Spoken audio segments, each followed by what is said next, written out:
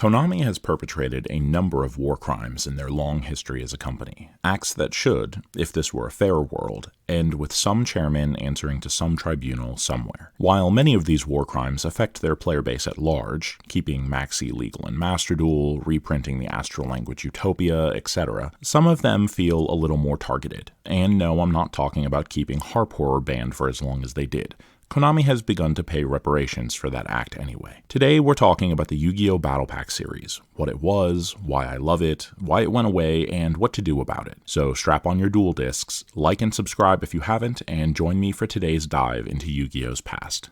Firstly, some background info, and while this may be common knowledge to many of you, some of you may be new to this whole thing and need an explanation, so I'll make it brief. The three main ways to build a deck of cards for play in a card game are constructed, sealed, and draft. Constructed deck building is what many of us are familiar with. You build your deck from any number and ratio of cards in the game as permitted by the format you're playing. Whether it's Advanced, Domain, or Highlander format, most of the time you're playing Constructed. Sealed format is a little simpler. You're handed a deck and cannot make any changes to the product you play. Things like structure deck challenges and many speed duel events use sealed rules, and it can be fun to play things out with the cards that you're handed. Draft formats are a different beast entirely, and players build a deck from a shared pool of cards. Typically, players will sit at a table in groups of 4 to 8 people, open a booster pack, either sealed or built from a cube, choose one card they want to play from that pack, and then pass the duchy on the left-hand side to the next player. This ensures that each player gets the first pick from each pack they open and the chance at the best and strongest card in the pack,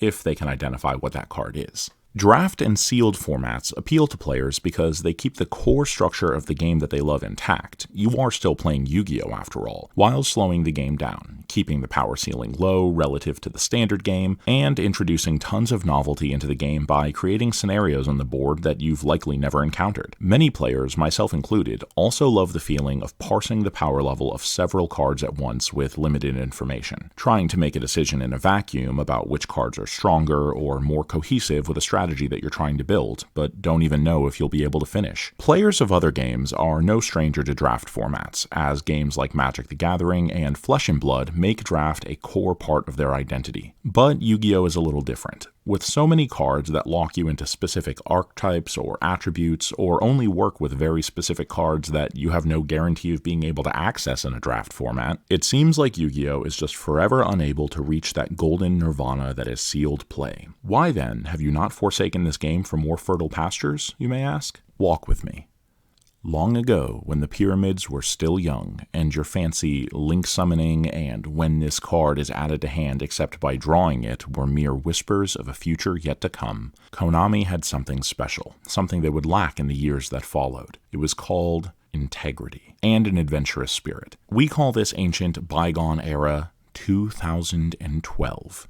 During this time, product releases could be literally anything. There were no rules, and among the rules that weren't was a product called Yu-Gi-Oh! Battle Pack Epic Dawn, a set of 220 cards that were built for sealed play. Players would receive 10 5-card packs, and from them build a 30-card deck. The set included many banned cards like Pot of Greed and Graceful Charity, as well as chase cards like Tour Guide from the Underworld to help players plus off their openings. This set was unlike anything released prior in Yu-Gi-Oh! And set the stage for 2 sets that would follow. Battle Pack 2 War of the Giants would release in 2013 and featured a radically different change in mindset from the Battle Pack Epic Dawn, removing all of the banned cards and most forms of spell or trap removal in general, and pivoting to a focus on tribute summoning big monsters. The release blurb states, quote, "High-level monsters have always been popular with duelists, but their high-risk, high-reward nature has made them risky in tournament play. War of the Giants finally brings these titans front and center with a game environment designed specifically with them in mind." Battle Pack 2 would later receive an update called Round 2, which would finally make the set viable for drafting, adding forms of spell, trap, and monster removal, and even a few extra deck monsters.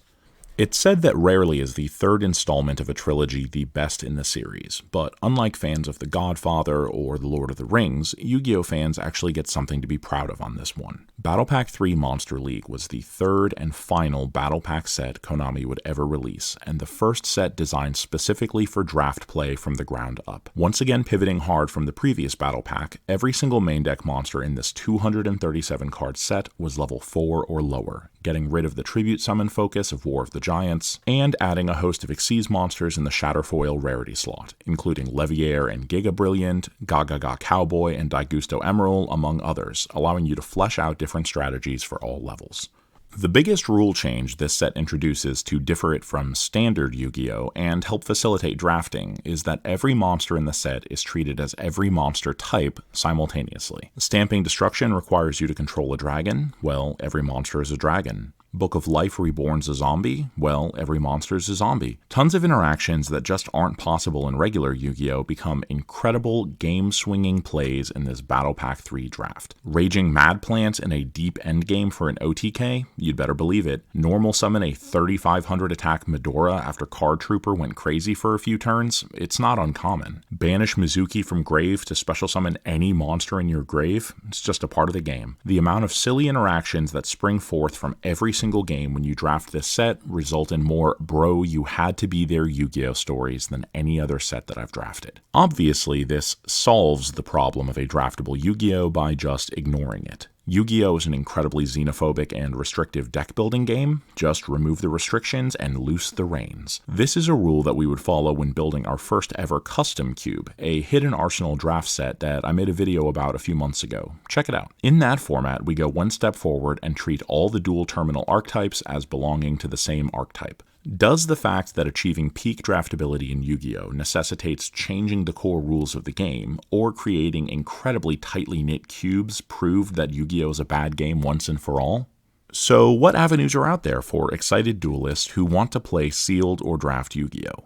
Well, while the path is narrow, you still have some options. Konami does have some official alt formats, namely Rivalry of Warlords and Dragon Duel, that you can play. Rivalry of Warlords is a format that utilizes specific decks determined by the event scheduler, and can be sealed or constructed. YCS Indy has a Rivalry tournament scheduled, for example, but I can't find any details on whether it's sealed or not. For duelists who don't want to make the drive to play draft, Yu-Gi-Oh! Pro Deck has an incredible cube draft format tool that allows you to construct your own cube draft to play with friends, or pick from a number of pre-made cubes, Chaos, Battle City, or even MBT's core set cube if you want to make me cry specifically. The decks you build with these cubes can then be brought into sims like Dueling Book or others and enjoyed. On the more official side of things, the actual product for the battle packs is now fairly expensive, with sealed boxes of Battle Pack 3 touching $90 at the time of making this video. When my best man bought me a box of Battle Pack 3 to draft at my bachelor party, it was a major expense, but one that will always be remembered. Sealed boxes of Battle Pack Epic Dawn or War of the Giants are even more prohibitively expensive. My recommendation for players who really want to play this product in paper is to just go the extra mile and purchase all the singles you want to put in your Battle Pack cube, double sleeve them, and put them in a nice case. That's what we ended up doing. The individual cards are incredibly cheap, and there's no particular rarity that they need to be in, so you can aim cheaper or fancier depending on your preference. And you can even make some personal changes depending on what your friend group thinks is fun. We all thought it was a shame that Photon Papley Operative wasn't in the set, so we just put it in. Lastly, and please don't crucify me for this, is Legacy of the Duelist Link Evolution. A game released on most consoles and Steam, this game features a built-in draft or sealed mode of Battle Packs 1, 2, and the War of the Giants expansion. Sadly, Battle Pack 3 was not included in this game, probably something to do with coding all the monsters as the same type being too much work for Konami's dime or something. Though this game is still a ludicrous $40 for a game that hasn't been updated in years, I still play through the draft modes and a few of the duel challenges on my Switch frequently, so it's worth looking at if you've got the extra scratch.